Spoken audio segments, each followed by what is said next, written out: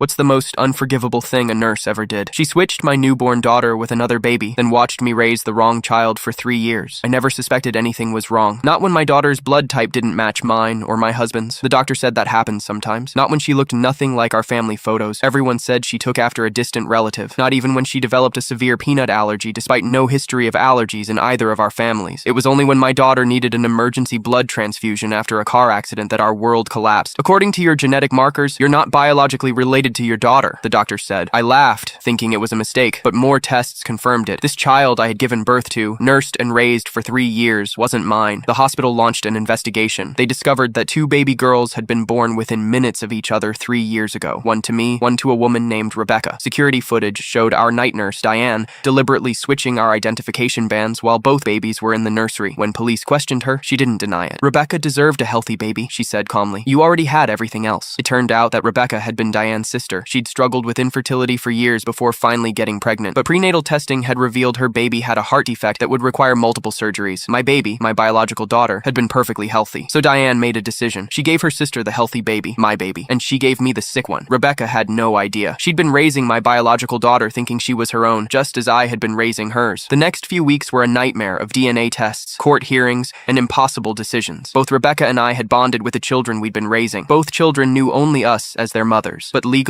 biologically, we were raising each other's daughters. The first meeting with Rebecca was surreal. She looked like an ordinary woman, tired, scared, just like me. And beside her stood a little girl with my eyes, my husband's smile. My biological daughter, a complete stranger to me. The girl I'd been raising, Rebecca's biological daughter, clung to me, confused and frightened by these unfamiliar people. She'd already been through 2 heart surgeries, with more scheduled. I'd been by her side through all of it. I didn't know, Rebecca kept saying. I swear I didn't know. I believed her. We were both victims, but that didn't make it any easier. During the transition period, I learned that Rebecca was a single mother. Her husband had left when their baby, my biological baby, was 6 months old. Meanwhile, the little girl I'd been raising needed specialized medical care that Rebecca couldn't afford. After weeks of agonizing, Rebecca and I made a decision that the court hadn't anticipated. We decided not to switch back. She knows you as her mother, Rebecca said, looking at her biological daughter in my arms, and she needs the medical care you can provide. Instead, we became an unusual extended family. We moved to houses in the same neighborhood. The girls have regular playdates. They know they're special sisters, and when they're older, we'll explain the full truth. Diane is serving 15 years for kidnapping and medical fraud. During her sentencing, she still showed no remorse. I gave a sick baby to a family with good insurance, she said. I did what the system wouldn't. What she did was unforgivable. She played God with our lives, causing pain that will echo for generations. But sometimes the most unforgivable acts lead to unexpected grace. Rebecca and I were strangers thrust into an impossible situation. Now we're raising our daughters together, creating a family that's unconventional but fiercely loving. The nurse who tried to rewrite our lives didn't get the ending she planned.